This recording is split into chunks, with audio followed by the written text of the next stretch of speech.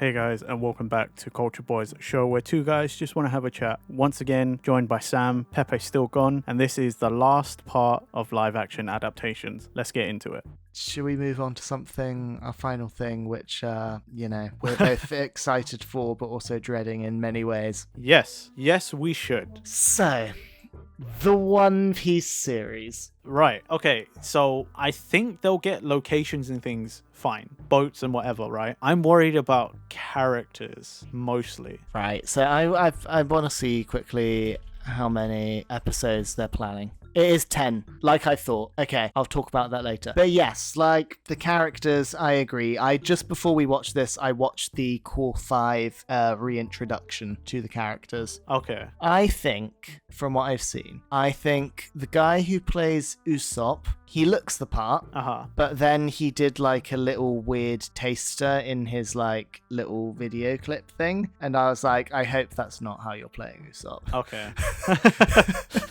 He's just like, he's screaming, the pirates are coming kind of thing. And maybe he was toning it down for just being on a phone screen, but that was a bit off. Maybe. I like the choice of Emily Rudd as Nami. Yeah, I like Nami. Not just because, she does exude Nami. Nami's meant to be, She already kind of looks like Nami. Exactly.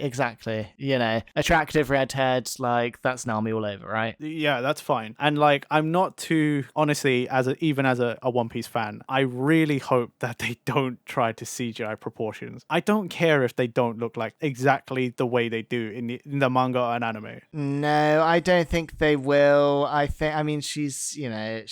the whole, as female characters in Oda's world develop, the rest of them develops, right? Yeah. So she's not even at the start of it anyway. But even so, like, just keep Emily Rudd as Emily Rudd. I'm sure she'd probably not agree with it anyway as well, if they wanted to. Yeah, I mean, I'm sure she won't agree, and I'm sure they won't, because that would also just get stupid amounts of backlash regardless of the source material. So then, those are our two, I guess, the most normal kind of characters, right? Yeah, I'm still not sure about Luffy.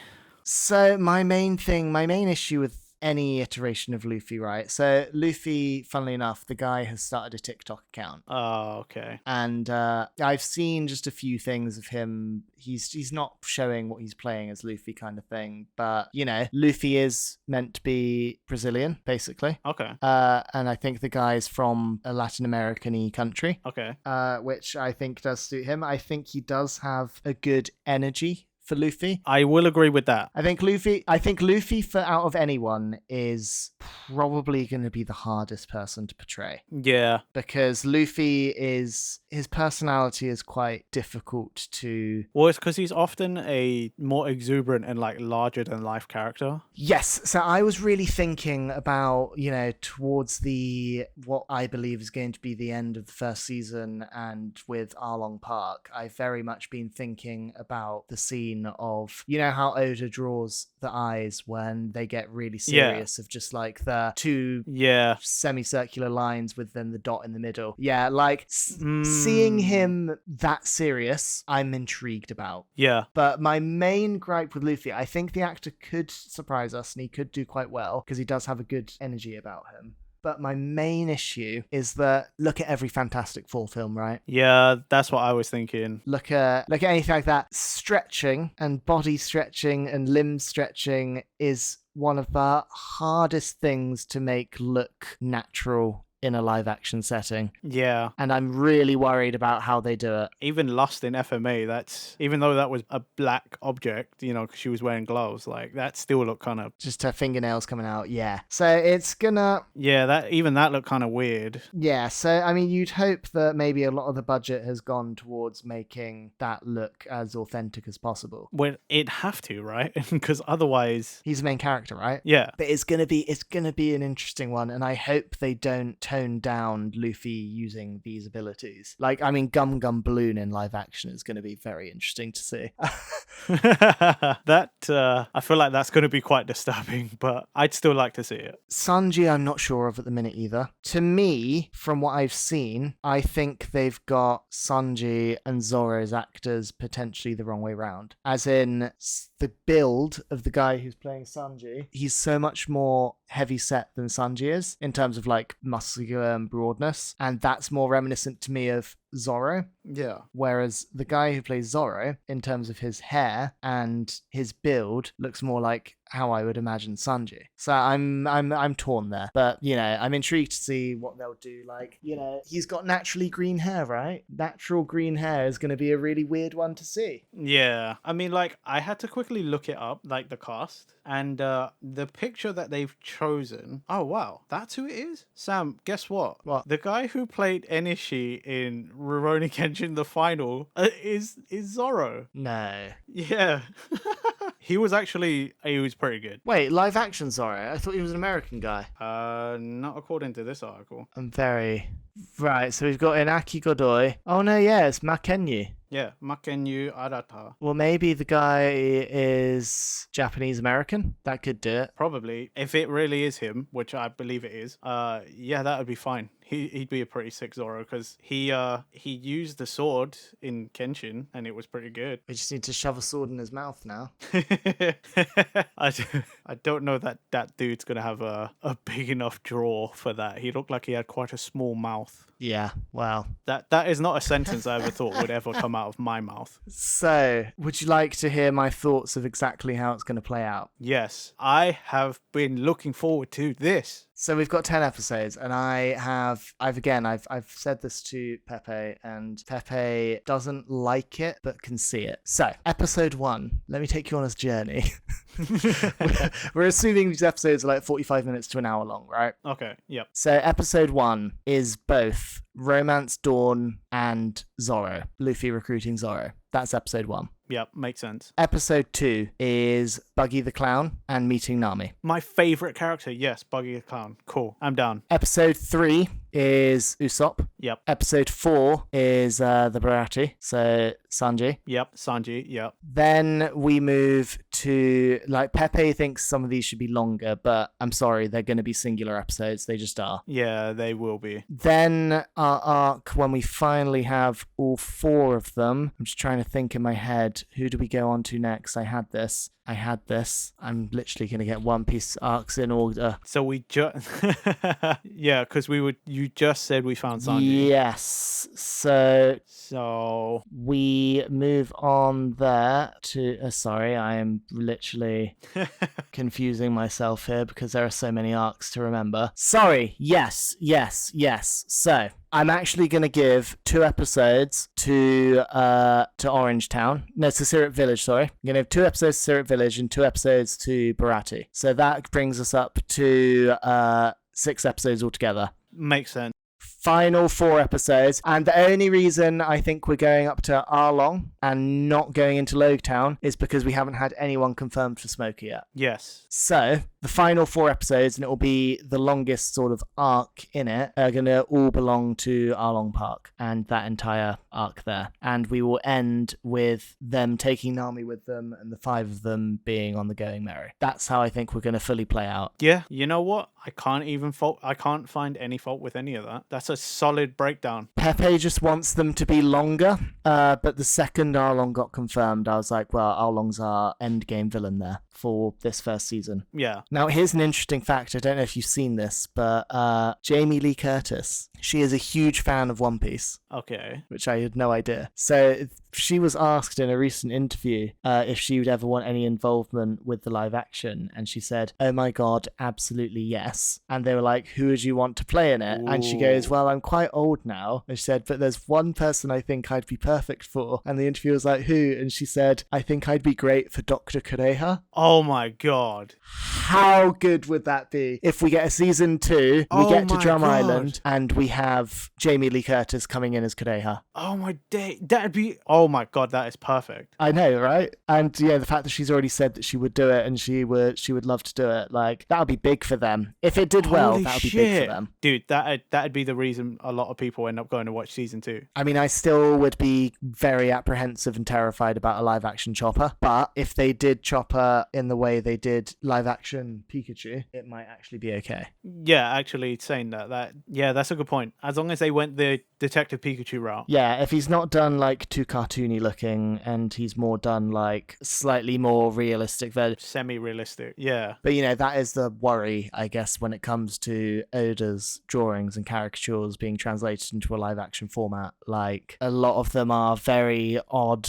looking, so seeing them in... Like, I'm really intrigued to see what our live action Arlong and Hachi are going to look like. Oh, they're going to look weird. Yeah, just fish people. I hope that they don't do Arlong kind of scaly. But he's a shark. I feel like they're going to hear He's a Fishman. shark. Yeah, but that's the thing. I feel like they're just going to hear Fishman, not Sharkman. So he's not going to have weird, sort of slimy but rough skin. Oda's involved, so you'd hope. Again, you can hope, but some things fall through the cracks, and I really hope that's not one of them. I'm excited for Buggy. Me too. I used to do this just to wind Pepe up and say that Buggy the Clown is the best. But after playing Pirate Warriors, I actually truly Buggy the Clown is my favorite character. Well, you know, literally, and I agree with a lot of people, Buggy is actually, if he used and utilized his Devil Fruit ability well, he would be insanely OP. Oh yeah. But he just doesn't, and it's just kind of funny that, you know, he is essentially the clown of the Rogers pirate crew. Yes, he was only a cabin boy at that point, but he's the only one that's kind of amounted himself to nothing. I mean, he's a warlord now, sure, but... Yeah, but I mean, like, a bunch of things had to happen, and whatever. But Buggy the Clown... Oh, he's great. I love Buggy. I love Buggy to bits. He's the best. He is number one. Yes. And I don't care. Y'all can fight me on that. But, you know, I'm just, there are a lot of things I'm worried about. Mainly, I think my biggest worry with all of it is name one good Western manga anime adaptation. Oh, wait. See, you can't. Death Note was awful. Dragon Ball Evolution was awful. Cowboy Bebop was apparently awful. There's been no good ones. There's been no good ones. Wow. And that is what terrifies me more than anything. Like, how, for want of a better term, how Hollywood is it going to be? I can't. And yeah, very true. I was... Fuck, the only example I could think of wasn't even anime. That was a video game movie. I'd almost want it to have been done by, you know, the Japanese get it right more than Western. So it's a shame it's not a Japanese series. But then you might get like, you might come back with the same complaints you had with some of the other characters. You might be like, oh, the Japanese acting is weird. Yeah, true. I'd probably end up hating on Nami, whereas I feel like Emily Rudd's going to do quite a good... Yeah, or you might be like, oh, like, why did they do... Like, I might come back and just be like, why does X character look realistic and from the source material and X character doesn't, even though that character would have been easier than that one? Do you know what I mean? Like, all the same complaints might come back. And also, the CGI might be worse because I just feel like, and this is just my opinion, doesn't mean anything, but like, I just feel like sometimes Japanese media doesn't quite do CGI well enough. Well, that's fair enough. I feel like sometimes it's still too obvious it's a computer generation. Like, it's still a bit too like shiny or a bit too slick or something, you know, like there's just some sort of look about it. Yeah, they're almost like just taking original source material and then turning it 3D CGI rather than trying to make it fit in with a more realistic live action world. Pretty much, yeah. I think it's always the lighting. Like, I think the things that are CGI just are a bit too shiny. I see exactly what you're talking about there. And, you know, in terms of like, if we just go by video games, anime adaptations, whatever, I think honestly, as much it wasn't a great film, one of the best bits of CGI I have seen of bringing something that is ultimately a cartoon to life is what they did with Detective Pikachu. I think it was phenomenal what they did in terms of the actual CGI for it, and it actually made things look like they could actually exist in our world, which was amazing. Yeah, I mean, I also thought Sonic did a pretty good job of it. Like, it was a decent film. Yeah, other than maybe the eyes, yes. Yeah, I'll give you that. But like, in general, both of them, you could believe that those things sort of could exist. And I think it's because they worked harder on the lighting. Agreed. And it's just, it's the lighting and the textures on them, so it's not just plastic and shiny, as you say. Yeah. So yeah, it's a worry, but it's potentially unfounded if they're putting as much effort into it as possible. I think what we do have to, the good things that we have to go on is Oda prides himself on quality. I think we can safely say, just judging on how One Piece has been, right? Oh, yeah. Well, considering it's also been continuously published for... God, 25 years? 25 years? Something like that? Yeah, exactly. Yeah. Like 2 decades, like you know what you're doing if you can be published as a comic for like 2 decades. Yeah, we need him to quality control it well.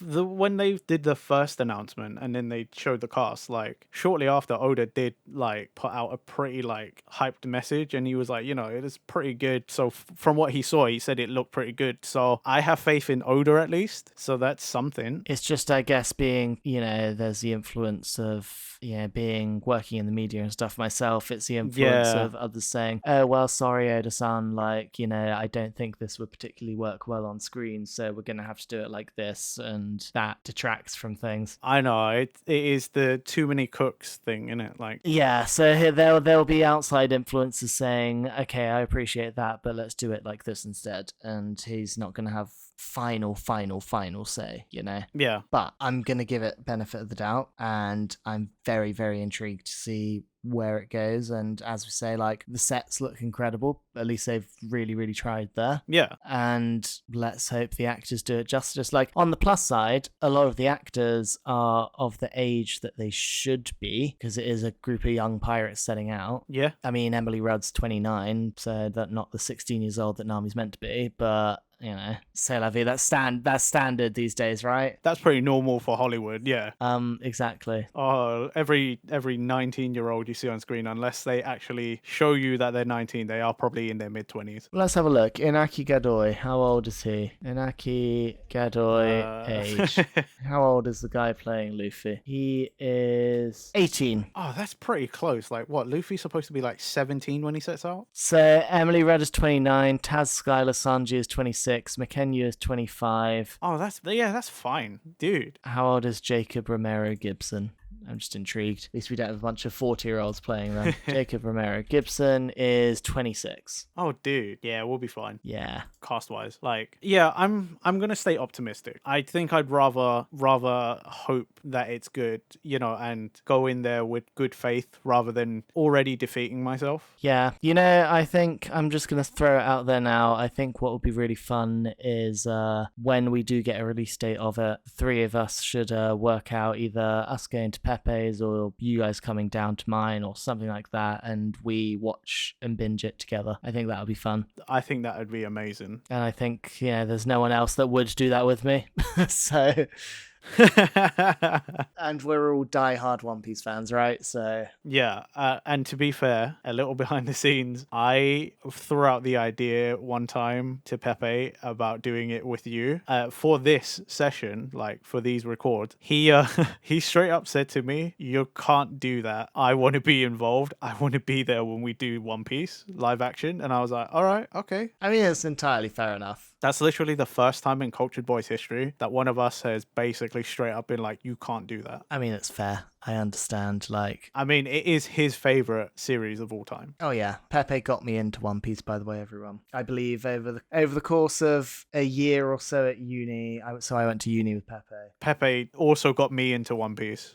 A year or so at university, we watched... God, where was it at that time? It's crazy to think where it's at now, right? I think we did watch all the filler as well, which is ridiculous. So we must have watched up to the end of Punk Hazard, okay, which was kind of coming out weekly as it always has done up at that point, which, God, that's like 7 years ago now, which is insane.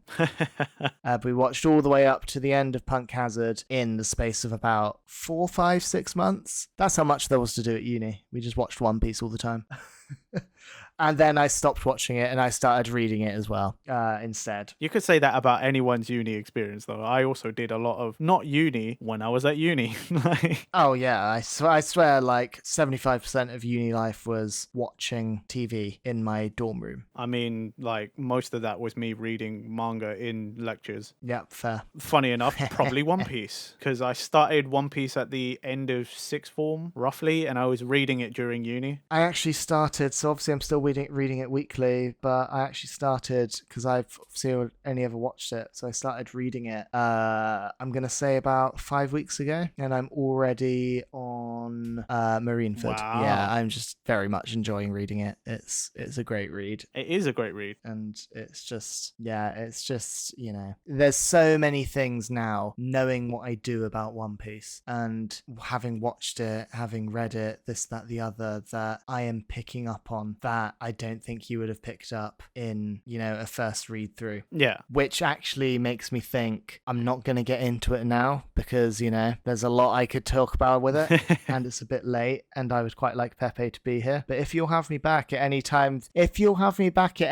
soon. Yeah, I think Pepe would also like that. I have a lot to talk about when it comes to potential One Piece theories. And I think that would be a sick conversation with the three of us. I have a lot. I have a lot. Interesting. When I say that, I literally, my entire, you know, hands up, I watch a lot of TikTok these days. It's fine. My TikTok is tailored to me. And a lot of my TikTok is One Piece theories and just One Piece conversation and stuff at this point.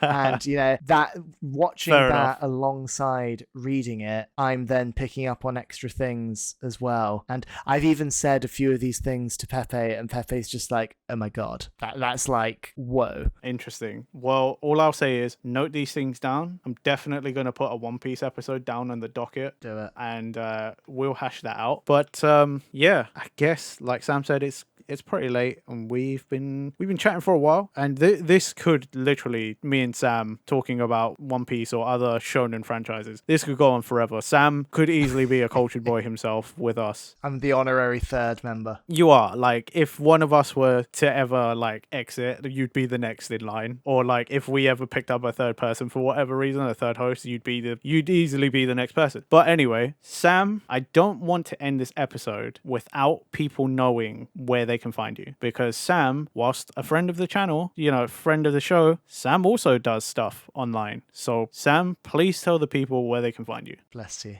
Thank you. I'm predominantly, you can find me on Twitch at twitch.tv/Wildeb33stPlays. That's WILDEB33ST Plays. Because you got to have some elite speak in there somewhere, right? Damn straight. Yeah, Wildeb33stPlays. I do a lot of Mario Maker and other various Nintendo things, but the occasional like horror thing on stream as well, which is always quite fun. But then as well, I've recently started a food tube channel, which is growing quite well. We're doing quite well, I think. Which, I'll be honest, I'm still trying to find my feet with it. I've done like a few kind of going out, eating at different places, reviewy kind of videos, but I'm actively thinking of ways that I can make it a bit more different and fun. And I've got some ideas for what I believe are some quite fun, silly, all food related videos as well. Interesting.